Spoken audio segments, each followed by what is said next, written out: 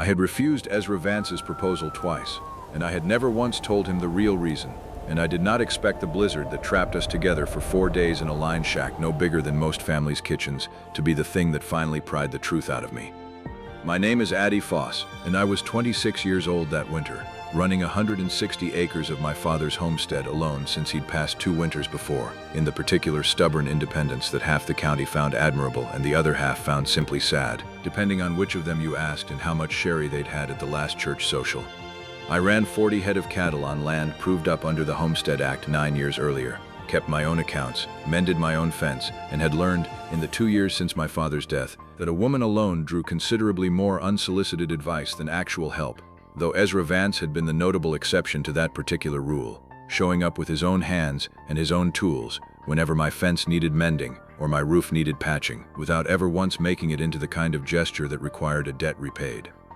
I had said no to Ezra Vance the first time in the spring of that year, on my own porch, plainly and without much explanation, and I had said no again that October, in his own kitchen, with somewhat more explanation but nothing close to the truth, and both times I had watched something careful and disappointed move across his face that he was too decent a man to argue with, and both times I had gone home and cried in a way I would not have admitted to a living soul. If I stayed silent about the real reason a third time, standing snowbound with him in a space smaller than most parlors for 4 days running, I stood to lose considerably more than a comfortable distance I had spent 5 years carefully maintaining. I stood to lose the last chance I was likely to get at explaining myself to a man who deserved, at minimum, an honest reason for 2 refusals he had accepted with more grace than most men would have managed. And I stood, if I am entirely truthful, to lose the particular safety of believing that grief could simply be managed forever by never letting anyone close enough to risk losing again.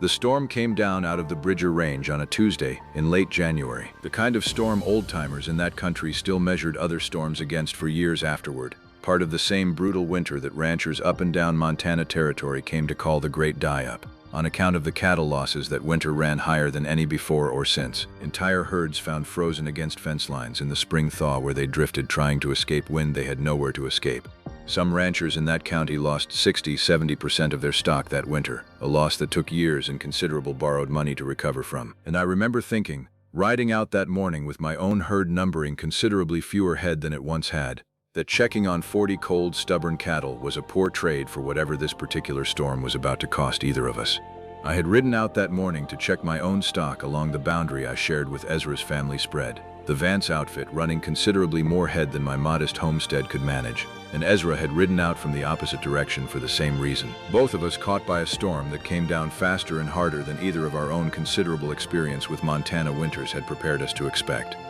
We reached the line shack, a squat one-room structure built years before by whichever rancher's riders needed shelter along that particular stretch of boundary fence. Within 20 minutes of each other, both of us half frozen and considerably more grateful to see the other than either of us would admit at the time. The shack held one stove, one narrow bed, a small stock of split wood that would need careful rationing, and almost nothing else. And by the time we'd gotten a fire properly going and our horses settled in the shack's small lean-to, the storm outside had closed in enough that riding back out, in either direction, would have been simply asking to die of exposure before reaching anywhere useful. 4 days, Ezra said, on the second evening, when the storm showed no signs of breaking and we had settled into the particular careful choreography 2 people develop in a small space, alternating who sat near the stove and who took the bed for a few hours proper sleep while the other kept the fire fed. That's what old Pete Dawson told me last winter, about a storm out of the Bridgers this time of year. 3 to 5 days, generally, before it breaks enough to travel. I heard the same from my father, I said, though he was talking about a different storm, the winter before last, and I don't recall it running quite this cold.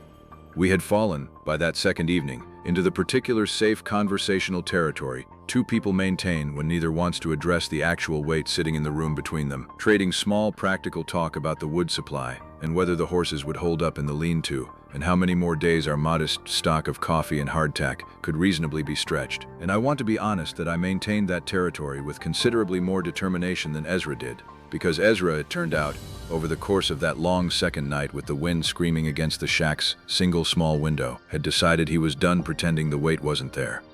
"I'm not going to ask you again," he said, somewhere past midnight, both of us sitting close to the stove because the cold pressed in from every direction the fire didn't directly reach. "I want you to know that plainly, so you're not spending these 4 days bracing for a third proposal you'll have to find some new way to refuse. I asked you twice, and you said no twice, and I'm not a man who needs to be told a thing 3 times before I understand it. I had expected, somehow, that his eventual giving up would feel like relief, and instead it felt like something closer to grief, which was its own kind of uncomfortable revelation about exactly how much I had been quietly counting on a third opportunity I had also fully intended to refuse. I never gave you a real reason, I said, into the particular dark honesty that comes easier at midnight in a storm than at any reasonable hour of ordinary daylight. Both times, I gave you reasons that were true enough as far as they went and left out the actual truth, and I think you deserved better than that, whatever I decide to do about the actual asking. Ezra was quiet a moment, feeding another piece of wood into the stove, with the particular careful economy of a man who understood exactly how many days that wood needed to last. I'd like to hear it, he said, not because I'm hoping it changes anything, just because I've spent most of a year wondering what I did, or failed to do, and wondering is worse than knowing, generally, in my experience. I did not tell him about Thomas Reed that night. I want to be honest that the telling took another full day of careful circling, the particular slow approach 2 people make toward a thing that matters too much to say carelessly. But I will tell it now, plainly, because it is the whole of what this story is actually about. Thomas Reed had been my fiancé 5 years before that blizzard, a rancher's son from 2 homesteads over, easy smiling and sandy-haired in the particular way memory softens a person you loved young. And we had been 3 weeks from marrying when a February storm, not unlike the one currently burying our line shack under considerable snow, caught him riding to reach me after a week apart, because he had gotten it into his head that I shouldn't spend the worst of that storm alone on my father's homestead, and had ridden out into weather every sensible person in the county would have told him to wait out instead. They found him 11 miles from my father's door, 3 days after the storm broke, close enough that the particular cruelty of the distance had never once, in 5 years, stopped visiting me at unexpected hours.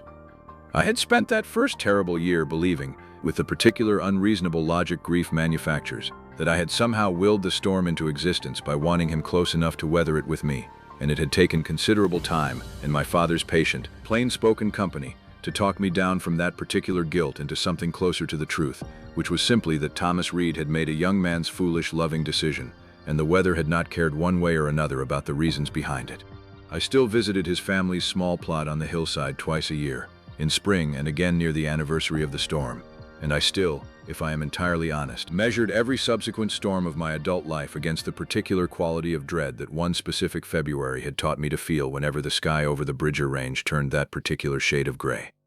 I told Ezra all of this on the 3rd day, with the storm finally beginning to show the first faint signs of breaking outside the shack's small frosted window. Both of us bundled close to a stove burning through the last of its careful rationing, and I want to record that I did not cry telling it, though I came close, in the particular controlled way of a woman who has practiced not crying about this specific thing for exactly 5 years. I decided, somewhere in that first terrible year after, I said, that the safest thing I could do, for myself and for anyone fool enough to care about me, was to make certain I never again gave a man a reason to ride toward me through weather he had no business riding through. I have said no to exactly 2 proposals in 5 years, and I said no both times because saying yes felt like asking for the same ending twice, and I did not have it in me to survive that particular grief a second time, whatever it cost me in the meantime to be the kind of woman this whole county considers hard to figure. Ezra was quiet a long moment, looking at the stove rather than at me, and I understood he was doing the particular careful work of a decent man reconsidering everything he'd assumed about 2 rejections he'd spent a year privately blaming on some failing in himself. I'm not going to tell you that grief has a reasonable timeline, he said finally, because I don't believe that's true, and I think you'd see through me if I tried. But I will tell you that I've ridden through worse storms than most men in this county for considerably less reason than caring about someone, and I intend to keep doing exactly that, whether or not you ever say yes to anything I ask you. That's simply the kind of rancher I am, Addie, and I'd rather you know that plainly than spend another 5 years assuming I'm the kind of man who'd let a storm decide for him whether reaching you was worth the risk. I opened my mouth to answer him, to tell him that his plainness in that moment had undone something in me that 5 years of careful distance had built with considerable effort, and the words did not come, because the shack's single small window chose that exact moment to give way under the accumulated weight of snow and ice pressing against it, a sharp crack of old glass and frozen wood that sent both of us scrambling to stuff blankets and spare clothing into the sudden gap before the full force of the storm found its way properly inside. The cold that came through that broken window in the first few seconds was considerable enough to steal the breath from both of us. a physical shock that made the whole conversation we'd been having feel suddenly very far away, replaced entirely by the immediate animal urgency of two people recognizing, at the same moment, exactly how quickly a small shack's careful warmth could be undone by one poorly timed accident of weather.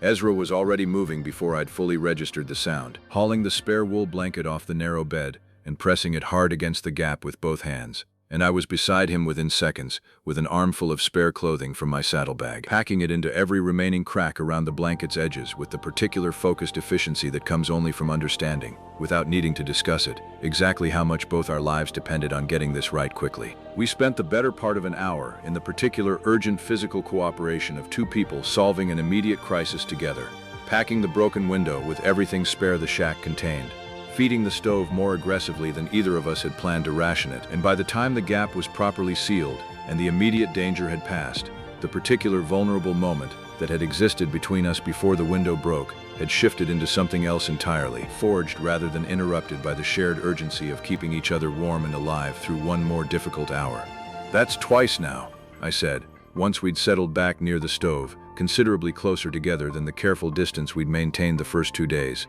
"that you've shown up exactly when something needed doing, without being asked, and without making a performance of having done it." "I wasn't aware I was auditioning," Ezra said, and there was enough dry humor in it that I found myself, for the first time in longer than I could easily count, genuinely laughing in the middle of a conversation that had started as confession.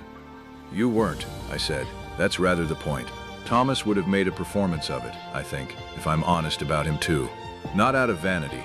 He simply wanted to be seen doing the good thing, and I loved him for it at 21, in a way I don't think I'd love it now, at 26, having learned what I've learned about the difference between a grand gesture and a reliable one." Ezra considered that a long moment, feeding the last of the evening's careful wood ration into the stove. "I don't know that I've got much grandness in me," he said. "I expect that's disappointed a few people over the years." "It hasn't disappointed me," I said, and meant it more plainly than I had meant almost anything in 5 years. The storm broke fully on the morning of the 4th day, the particular sudden Montana clarity that follows the worst weather, sun coming up hard and bright over snow, drifted higher than either of our horses' bellies, and we spent that final morning in the line shack, doing the practical work of preparing to ride out, checking the horses, rationing what remained of our supplies for the ride home, the particular ordinary competence of two people who had spent 4 days learning exactly how the other one worked under pressure. "I want to ask you something," Ezra said, as we stood at the shack door, both of us bundled against the still considerable cold, the horses saddled and ready in the lean-to. "Not the same question, a different one, though I expect you'll see the family resemblance." I looked at him and did not pretend I couldn't guess where this was headed. "I'm not going to ask you to marry me today," he said. "I think that would be exactly the kind of foolish, storm-driven decision you've spent 5 years training yourself to be suspicious of, and I respect that training too much to try to talk you out of it in the heat of one difficult week. What I want to ask instead is whether you'd let me keep showing up. Not asking, just showing up, the way I have been for a year without either of us properly naming it, and let you decide, whenever you decide it, whether a man who keeps showing up regardless of storms is worth eventually saying yes to." I thought about Thomas Reed then, the particular way grief settles over years into something you can finally examine without it destroying you entirely. And I thought about the specific difference between a man who rode toward danger once, out of a young man's foolish devotion, and a man who had spent an entire year quietly, patiently, showing up in every ordinary way that mattered, without once making a performance of the showing. "I'd let you keep showing up," I said. "And I think, if I'm honest with both of us this time, instead of only giving you half a reason, that I already know what my eventual answer is going to be. I'm simply asking for time to arrive at it without the storm deciding it for me." Ezra smiled then, the first fully unguarded smile I'd seen from him in the whole of that difficult week, and said only, "That's more honesty than I got out of either of the last 2 answers combined. I'll take it." We rode out from that line shack together that morning, in the hard, bright cold of a Montana winter finally breaking, and I want to record, for whatever it's worth to anyone hearing this story who has spent their own years carefully guarding themselves against a grief they never properly finished grieving, that the answer I gave Ezra Vance the following spring, on the same porch where I'd refused him the first time, came considerably easier than either of the 2 refusals had, because I had finally stopped asking myself whether loving him again was safe, and started asking instead whether the specific kind of man he had shown himself to be, patiently and repeatedly, without performance, was worth the risk that loving anyone always eventually is. We were married that June, in a small ceremony at the same church where Thomas Reed's family still worshipped, and Ezra made a point, without my asking, of shaking old Mr. Reed's hand afterward with a particular quiet respect that told me he understood exactly what he was standing in the shadow of, and had no intention of pretending that shadow away. My father, had he lived to see it, would have approved of Ezra Vance in the particular plain, undemonstrative way he approved of most things he considered genuinely sound, and I found myself, in the months leading up to the wedding, wishing more than once that he'd been alive to offer that specific approval out loud, though I suspect he would have simply nodded once, the way he did about anything he considered settled and correct, and gone back to whatever fence he was mending at the time.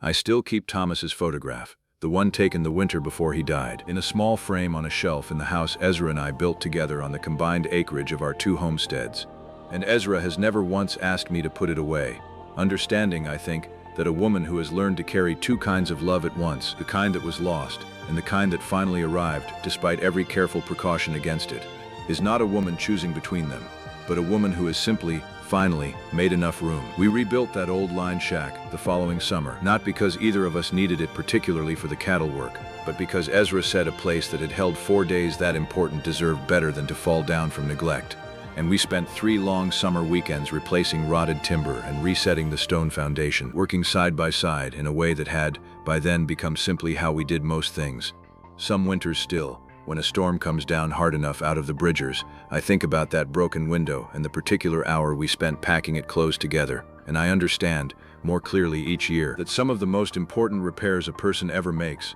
are not to buildings at all.